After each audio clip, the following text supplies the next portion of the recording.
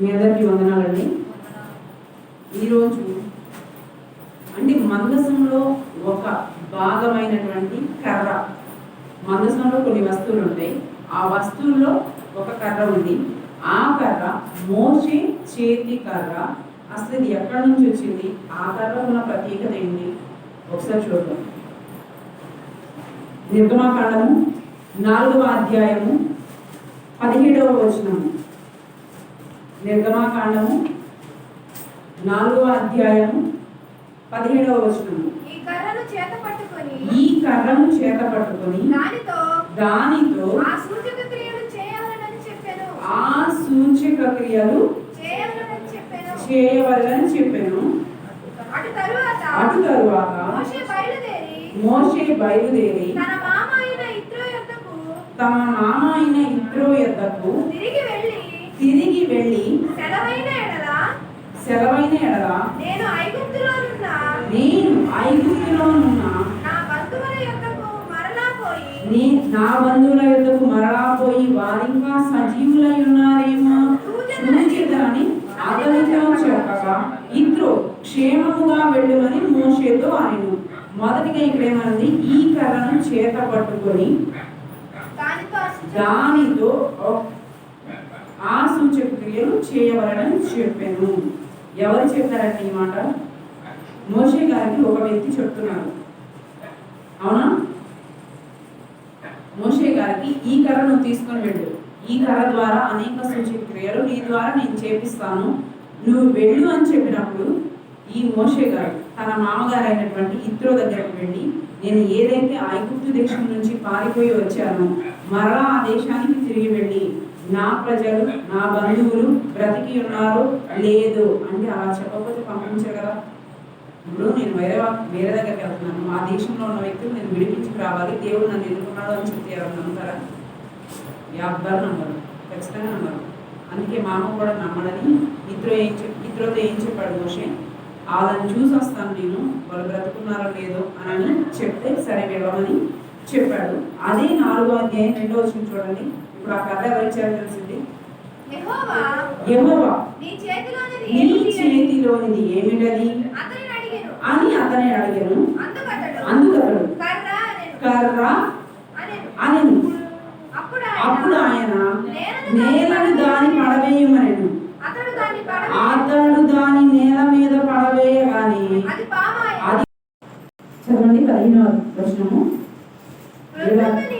ప్రొద్దున నీవు ఫరో యొద్దకు వెళ్ళుము, ఇదిగో అతడు ఏటి ధరికి పోవును, నీవు అతన్ని ఎదుర్కొనటకు ఏటి యొద్దున నిలిచి పాముగా చేయబడిన కర్రను చేత పట్టుకొని, అంటే ఏదైతే నీ చేతిలో ఉన్న కర్ర పాముగా చేయబడిందో ఆ కర్రను పట్టుకొని ఏటి దగ్గరికి రోజు ఈ ఫరో వెళ్తాడు, నువ్వు వెళ్ళి అక్కడ ఉండు, ఆ ఒడ్డు మీద నిలబడు, ఆ కర్రను తీసుకుని వెళ్ళు.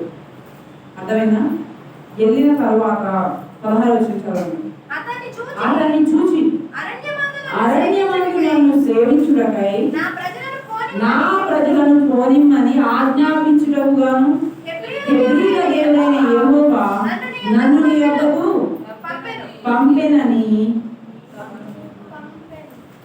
పంపెను, నీవు ఇది వరకు వినకపోతివి అంటే ఆల్రెడీ చెప్పాడు. ఏమని చెప్పాడు? అరణ్యమందు నన్ను సేవించడానికి నా ప్రజలను పంపించమని హెబ్రీయుల దేవుడైనటువంటి యెహోవా తండ్రి చెప్తున్నాడు. ఆల్రెడీ ఫరో ఈ విషయం నీకు అంతకుముందు నేను ఒకసారి చెప్పాను, అప్పుడు నువ్వు వినలేదు. విననందుకి ఏమొచ్చింది? రక్తంగా మార్చబడింది. మొత్తం విననందుకే రక్తంగా మార్చబడింది. దేని చేత మార్చబడింది? మనుషుల చేత మార్చబడిందా? మనుషుల చేత మార్చబడిందా ఆ రక్తం? కర్ర దేవుడిచ్చిన కర్ర. ఇక్కడ దేన్ని వాడుతున్నారు దేవుడు? ప్రతి చోట మీరు గమనిస్తే కర్రను తీసుకెళ్ళి మోషే, కర్రను మర్చిపోవద్దు, కర్ర కర్ర కర్ర అని జ్ఞాపకం చేస్తున్నాడు. గుర్తుపట్టండి ఆ విషయాన్ని ఒకసారి మీరు పరిశీలించి చూడండి. 8వ అధ్యాయం నిర్గమాకాండము 8వ అధ్యాయము 16వ వచనం చదవండి. అందుకు యెహోవా మోషేతో నీవు నీ కర్ర చాపి ఈ దేశపు ధూళిని కొట్టుము. ఇప్పుడు దేన్ని కొట్టమని చెప్తున్నాడు దేవుడు? ధూళిని.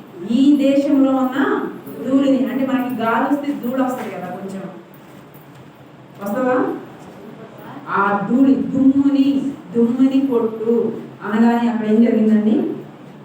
అది ఐగుప్తు అది ఐగుప్తు దేశమంతటను పేలగునని అహరోనుతో చెప్పగా వారు అట్లు చేసిరి. ఇప్పుడు ఏమైంది? ఆ దుమ్ము పేల చేత బాధింపబడిన ఐగుప్తీయులు ఉన్నారుగా, ఉన్నాయా లేవా? ఈ 10 తెగుళ్లలో పేరు చేత బాధించడం ఉందా లేదా? ఇప్పుడు ఆ పేరు ఎక్కడి నుంచి వచ్చినాయండి? దుమ్ములో నుంచి వచ్చిందంట.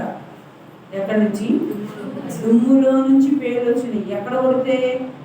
కర్రని దుమ్ము మీద కొట్టగానే ఆ ధూళిలో నుంచి పేరు వచ్చినాయి. ఆ పేరు చేత ఐగుప్తు జనం మొత్తం బాధించబడ్డారు. అదే 8వ అధ్యాయం 17వ వచనం కూడా చదవండి. అహరోను తన కర్రను పట్టుకొని చేయి చాపి ఆ దేశపు ధూళిని కొట్టినప్పుడు పేరు మనుషుల మీదను పేరు మనుషుల మీదను పేరు అనగానే కింద ఏమనుంది? కింద మిన్నల్లి అని ఉంది. ఏంటది? మిన్నల్లి. పేరు మనుషుల మీదను జంతువుల మీదను ఉండేది. ఐగుప్తు దేశమంతటను ఆ దేశపు ధూళి అంతయు పేరాయను. దేశపు ధూళి అంటే ఆ దేశం మొత్తం పేరైపోయిందంట. మనుషులేంటి, జంతువులేంటి, పశువులేంటి, ప్రతి ఒక్కళ్ళ మీద పేలే ఉన్నాయంట. ఇంకేమీ లేవు. ఏం దేన్ని కొడితే అయింది పేరు? ధూళిలో నుంచి పేరు వచ్చాయండి. ఆ కర్రకి ఎంత మహిమ ఉంది!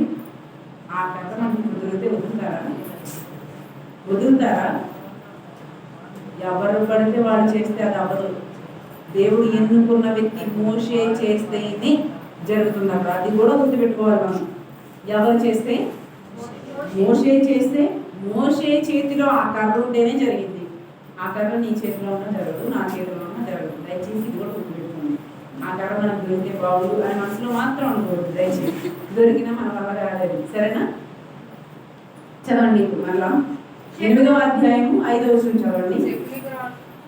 5వ వచనం. నేను మరియు యెహోవా మోషేతో ఇట్లనెను, నీవు అహరోనును చూచి నీ కర్ర పట్టుకొని ఏటిపాయల మీదను కాలువల మీదను చెరువుల మీదను నీ చేయి చాపి ఐగుప్తు దేశం మీదకి కప్పలను రాజేయమని అతనితో చెప్పమనగా. ఇప్పుడు ఏం చేయమంటున్నాడు అంటే చేయి చాపి ఆ కర్రతో పిలవమంటున్నాడు కప్పల్ని.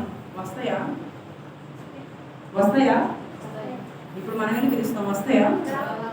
మనం పిలిస్తే రావట్లేదు. మోషే పిలిస్తే ఎలా వస్తున్నాయి? మోషే దేవుని చేత ఎన్నుకోబడ్డాడు. దేవుని దగ్గర నుంచి ఆయన చేతిలో ఒక ఆయుధం వచ్చింది. ఆ ఆయుధం ద్వారా చూడండి, అదేమన్నా గొప్ప ఆయుధమా? పెద్ద చురకట్ట, లేకపోతే ఇంకేమైనా పెద్ద స్తుత్త మంత్రంతో చేయబడిందా? జస్ట్ కర్ర. మన తాతలు మన మామలు కర్ర తోడుతో నడుస్తారే, అలాంటి కర్ర. ఆ కర్రతో చూడండి ఎన్ని సూచక క్రియలు జరుగుతున్నాయి. ఇప్పుడు ఏం పిలిపించాడు? పేళ్ళు అయిపోయింది, రక్తంగా మార్చబడ్డం అయిపోయింది. ఇప్పుడు ఏంటి? కప్పలు వస్తున్నాయంట. చదవండి. అహరోను ఐగుప్తు జలముల మీద తన చెయ్యి చాపెను. అప్పుడు కప్పలు ఎక్కి వచ్చి ఐగుప్తు దేశమును కప్పెను. ఇప్పుడు ఏం కప్పింది? ఐగుప్తు దేశం మొత్తం పేళ్ళు ఒకసారి కప్పేసింది, మళ్ళీ కప్పలు వచ్చినాయి. ఎంత దారుణంగా ఉందండి. మాట ఉండే సరిపోయేదేగా. పరో ఒక్క మాట ఉంటే వాళ్ళ జనాంగం మొత్తం ఎంత శ్రమపడాల్సిన అవసరం ఉందా? కానీ ఇక్కడ దేవుడు ఒక విషయాన్ని నిరూపించడానికి చేశాడు. ఏంటి? నేను మనిషినే కాదు, కర్రని కూడా వాడగలను. ఏ వస్తువునైనా నా ద్వారా నేను నియమించి నడిపించగలను అని.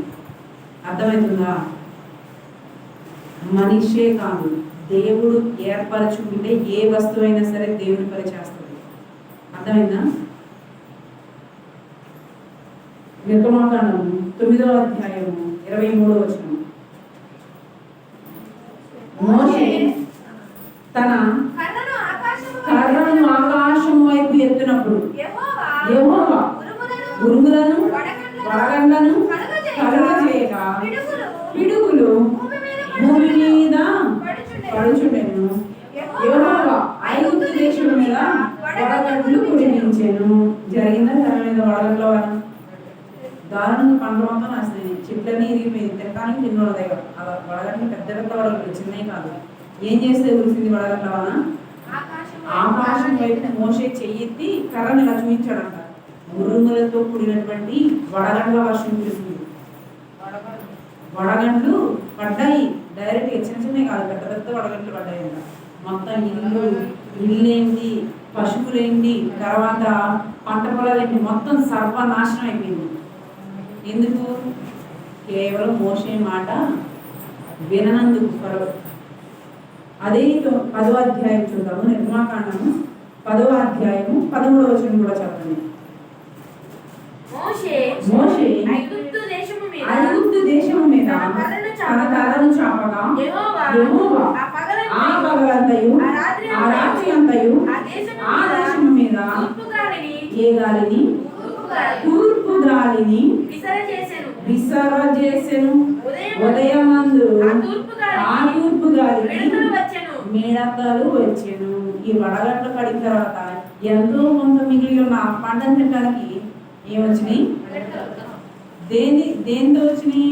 తూర్పు గాలితో కొట్టబడి ఎక్కడెక్కడో ఉన్న మిడతలు ఈ కర్ర ఇలా కొట్టగానే తూర్పు గాలి వచ్చింది. ఆ తూర్పు గాలితో మిడతలు వచ్చేసి ఎంతో కొంత నా పంటను కూడా తినేసింది. ఎందుకు? యెహోవా చేత నియమింపబడిన మోషే మాట విననందుకు. 12వ అధ్యాయం నిర్మాకాండము 12వ అధ్యాయము 11వ వచనం. మీరున్న ఇండ్ల మీద ఆ రక్తము మీకు గుర్తుగా. మీరు ఎక్కడ చదువుతున్నారు? 12వ అధ్యాయం 11వ వచనం. మీరు దానిని తినవలసిన విధమేదనగా మీ నడుము కట్టుకొని మీ చెప్పులు తొడుగుకొని మీ కర్రలు చేత పట్టుకొని త్వరపడుచు దాని తినవలను. ఇది యెహోవాకు పస్కా బలి. అప్పుడు కూడా పస్కా బలి ఉందా లేదా? పస్కా బలి చేసినప్పుడు ఏమని చెప్పాడు దేవుడు?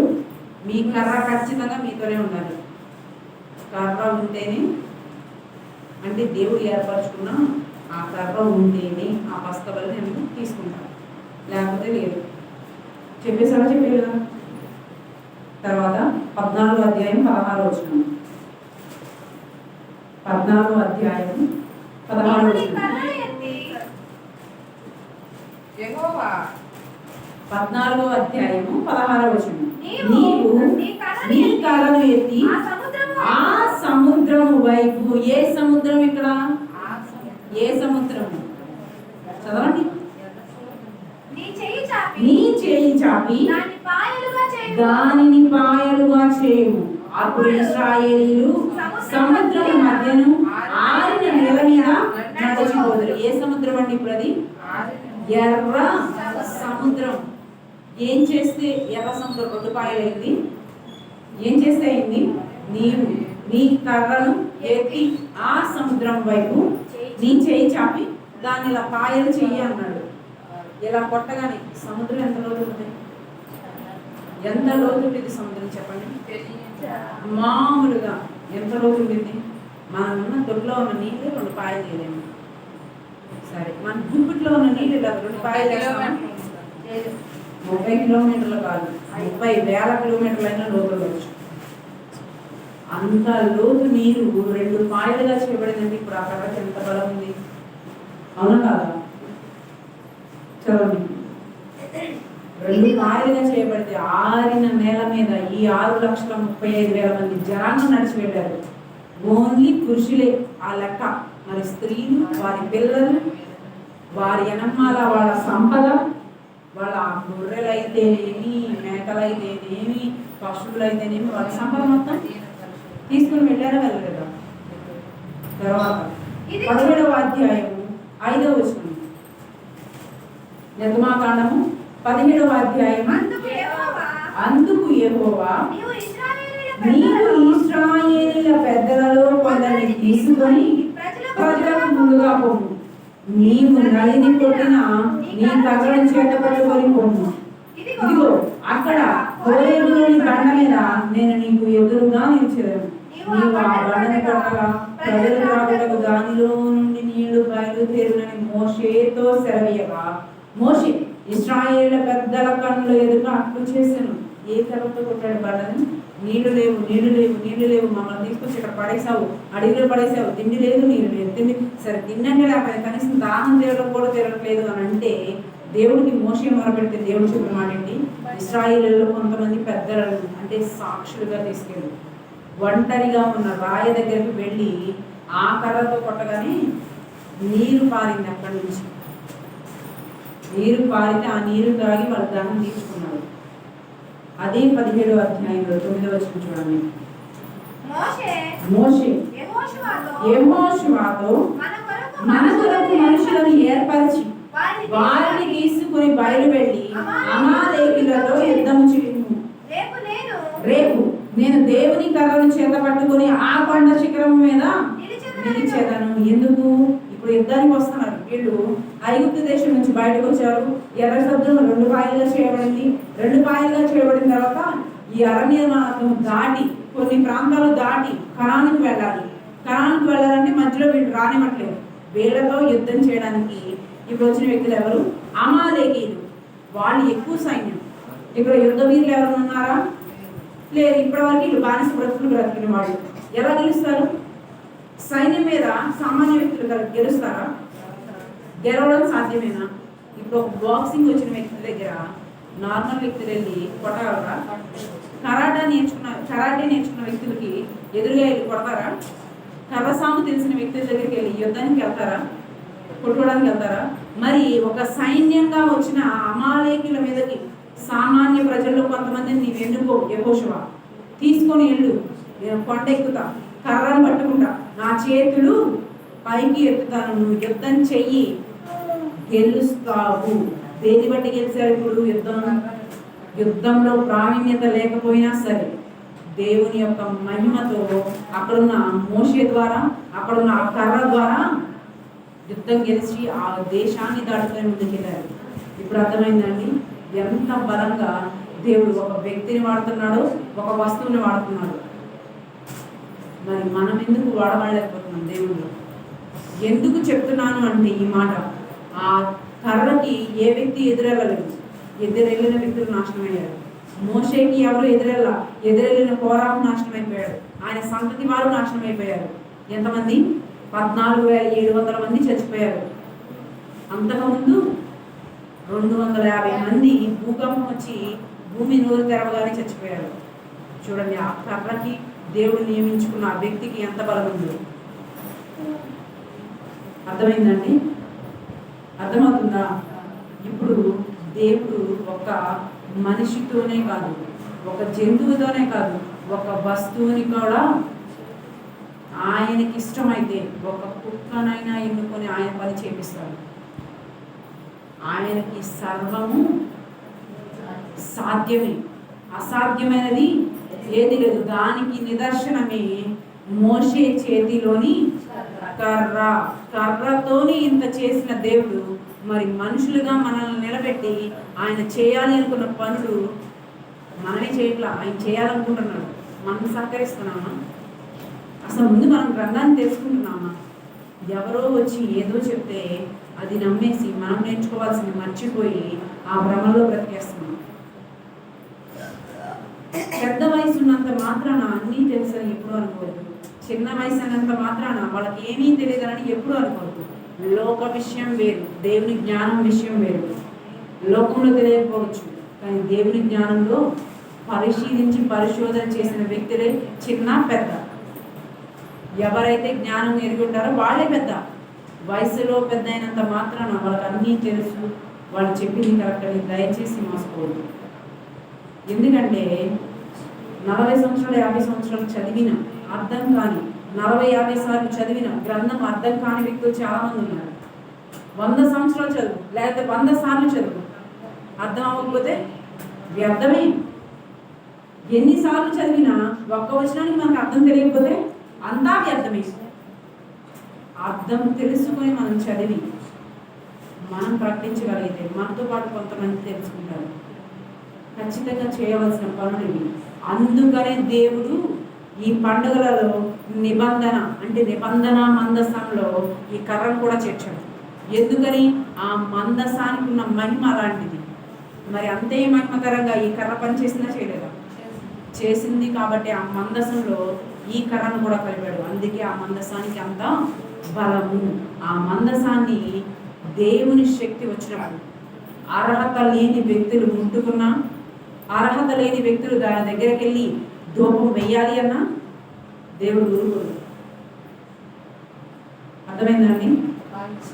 కాల్చి వేస్తాడు. ఉజ్జియాని అలానే కాల్చేస్తాడు. మనకి కూడా దేవుడు ఒక అవకాశం ఇచ్చాడు. ఇన్ని సంవత్సరాలు ఉన్నది వేరు, ఇప్పటివరకు జరిగింది వేరు. ఇప్పటివరకు మనం బానిసత్వంలో బ్రతికాము. ఇప్పటి నుంచి దేవుడు మనల్ని స్వతంత్రులుగా చేయబోతున్నాడు. స్వతంత్రం మనకి ఇవ్వబోతున్నాడు. ఇలాంటి స్వతంత్రంలో ప్రవేశించే టైంలో దేవుని ఉగ్రతకు మనం బలి కాకూడదు. ఇప్పటివరకు చేసిన పాపాలన్నీ మనం క్షమించబడాలి అంటే దేవుని మందిరంలో మన హృదయాలను హన్నా ఎలా అయితే ప్రోక్షించి ఆయన్ని వేడుకుందో, దావీదు ఎలా అయితే దేవుని మందిరంలో తన పాపాలని ఒప్పుకొని కన్నీటితో ఏడ్చాడో, మనం కూడా మన పాపాలని ఒప్పుకుంటే దేవుడు మనకు ఒక అవకాశం ఇస్తానికి సిద్ధంగా ఉన్నాడు. అందుకే ఈ పర్ణశాలల పండుగలు. దీని గురించి మీరు ఇంటర్నెట్లో అయినా సెర్చ్ చేయండి.